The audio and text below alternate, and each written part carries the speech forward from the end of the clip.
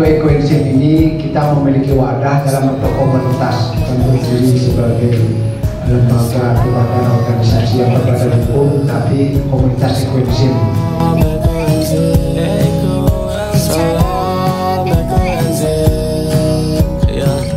Lihatlah sekitar kita, dapat sampah di mana-mana, yeah. Bila kita tak peduli, maka bencana akan menanti, yeah. Lalu bagaimana caranya membuat ekoenzim? Ini merupakan fermentasi dari gula, bisa menggunakan gula merah, atau juga bisa menggunakan molase dari sebelah sana di pojok. Molase itu adalah limbah dari tebu. Jadi yang baik dipakai untuk gula pasir, sisanya itu dipakai untuk membuat molase.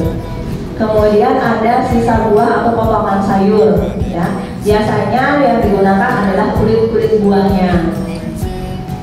Nah, di sini ada juga jenis kulit buah yang tidak bisa digunakan, ya. Yang kering seperti kulit buah salak itu nggak boleh dipakai. Kemudian yang keras seperti kulit buah durian, kulit apa namanya lagi, ubi ya, ubi itu keras di kayu gitu. Oke, itu keras nggak boleh dipakai. Kemudian yang berlemak juga tidak boleh digunakan seperti alpukat.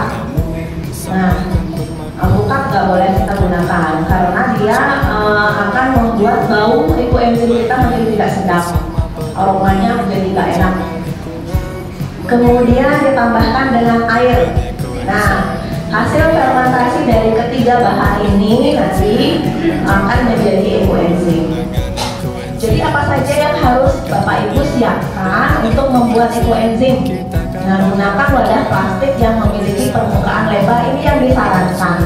Kalau permukaannya atau mulutnya kecil seperti botol niki, jadi dia gampang meledak. Jadi kita sudah pernah berkali-kali mencoba ya, karena kita punya bahan organiknya sedikit, kita buatlah pakai botol, gitu ya. Kalau kita tidak membukanya sehari, biasanya kita 3 kali buka, lupa aja sekali bukanya dalam sehari, itu sudah meledak. Ledakannya luar biasa, bisa muncrat kemana-mana, seluruh rumah kotor. Jadi itu kenapa kita tidak sarankan menggunakan botol atau wadah yang bermulut kecil. Gunakan wadah yang mulutnya lebar seperti ini, itu lebih aman, tidak akan meledak. Dan wadahnya pun harus plastik, tidak boleh kaca. Kalau kaca juga gampang meledak, pecah ya. Jadi kita gunakan plastik dan bermulut lebar. Kemudian ya, ini tadi bahan fermentasinya, difermentasi selama 90 hari atau 3 bulan. Lumayan lama menunggunya ya. Dan dulu waktu kami pertama kali membuat ekoenzim itu, menunggu ini serasa menunggu lahiran bayi ya Bapak ya. Iya, benar-benar gimana ya hasil ekoenzim kami ya, gimana ya aromanya, nggak sabar untuk mencium aromanya, menghitung pH-nya, karena ada nanti alat ukurnya. Kita beli pH meter gitu ya, kita ukur nanti berapa ya pH-nya ya, bagus nggak nanti pH-nya gitu. Karena kita sangat ingin sekali cepat-cepat memanfaatkan ekoenzim ini. Jadi dulu kayak apa ya, kayak bayi tiap hari ditengokin ya. Kemudian prosesnya adalah proses anaerob. Jadi ketika membuat ekoenzim, Bapak Ibu harus menutupnya dengan erat ya. Tidak boleh ada oksigen masuk ke dalam wadah.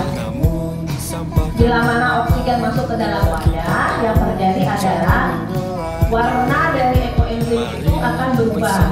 Biasanya menghitam. Kemudian aromanya jadi busuk sekali. Wow, luar biasa, tidak enak. Kemudian bisa muncul ulat. Ulatnya itu yang muncul nggak kecil-kecil Bu, itu kayak hijau gede-gede gitu. Muncul seperti itu, mungkin karena dia memproduksi protein jadi banyak ulat seperti itu. Jadi oksigen tidak boleh masuk karena proses fermentasi ekoenzim adalah anaerob. Jadi ini cara membuatnya. Siapkan air di dalam wadah plastik yang memiliki permukaan lebar, isinya 60% saja, jangan sampai kepenuhan. Kalau penuh kan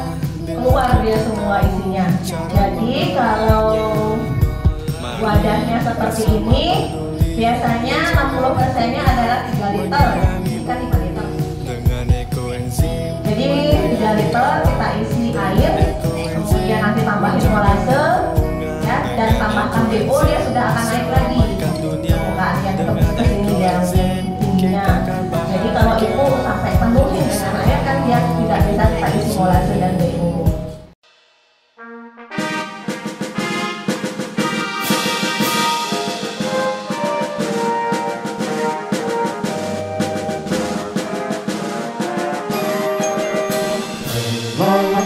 Enzim Nusantara, mari semua kita bersama. Setiap hari di minggu pertama atau di bulan pertama boleh dibuka, diaduk-aduk. Ya, kalau wadahnya yang besar seperti ini, seminggu aja saya sudah selesai ngaduk biar nggak terlalu banyak oksigen yang masuk juga kan. Jadi aduk seminggu pertama aja, pastikan dia semua BO-nya kena molase. Jadi diberi tanggal pembuatan dan pemanen. Kemudian diberi juga Bu tulisan yang sesuai keinginan kita, doa kita biar ekoenzim kita jadi manfaatnya luar biasa. Kita panen itu apa ya? Nah, saringlah ekoenzimnya, pisahkan ampas dengan airnya. Jadi kan tadi buah itu, kulit buah dan potongan sayur itu kalau kita sebutnya ampas. Airnya itulah ekoenzim. Jadi kita pisahkan dengan menyaring. Saringannya gunakanlah saringan yang benar-benar rapat atau bisa dilapisi kain. Dilapisi kain agar ekoenzim yang kita dapatkan itu jernih. Ini jernih, tidak butek ya. Nah, ampasnya kita pisahkan, jangan dibuang Bapak Ibunya. Kalau ampasnya bagus, kita wadahi lagi, tempati lagi, dan tutup rapat. Kemudian juga izin saya tambahkan sedikit terkait dengan BO. Tadi dulu sudah disampaikan yang tidak dipertemukan adalah yang kering. Yang kering dan bahannya yang sudah diolah. Yang sudah diolah itu tidak boleh, seperti misalkan pisang dari direbus, nggak boleh pakai karena enzimnya sudah mati. Selanjutnya, ekoenzim ini tidak ada masa kedaluarsa Bapak Ibu ya. Artinya makin lama ekoenzim yang sudah jadi ini ternyata manfaatnya lebih bagus. Jadi jangan khawatir kalau ini mungkin ada masa kadaluarsa seperti kimia, sama seperti wine, arak dan sebagainya itu ternyata lebih lama manfaatnya lebih tinggi gitu ya. Kemudian tadi juga disinggung untuk kesehatan, bisa pakai kumur-kumur. Ya kumur terutama yang ada lubang dan sebagainya, kumur boleh, pakai sikat gigi boleh. Kemudian bagaimana kalau tertelan sedikit? Tapi nggak boleh dengan sengaja ditelan. Kalau tertelan sedikit nggak apa-apa.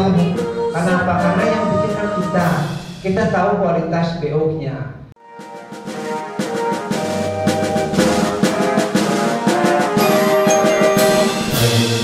Ekoenzim Nusantara, mari semua kita bersama, hijaukan bumi agar tetap lestari, untuk masa depan kita berdiri. Manfaatkan pada rumah tangga menjadi suatu yang berguna bagi lingkungan dan kita semua. Ekoenzim itu jawabannya.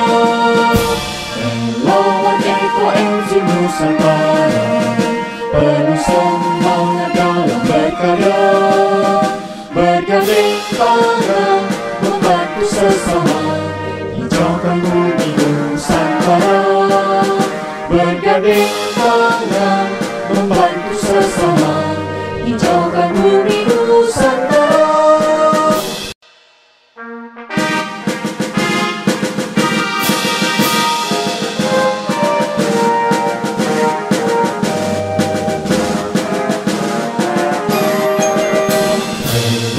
Ekoenzim Nusantara, mari semua kita bersama, hijaukan bumi agar tetap lestari, untuk masa depan kita berdiri.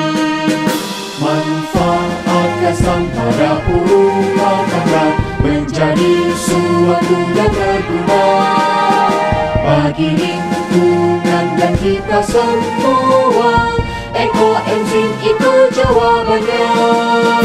Relawan Ekoenzim Nusantara penuh semangat dalam berkarya, bergandeng tangan membantu sesama, hijaukan bumi Nusantara.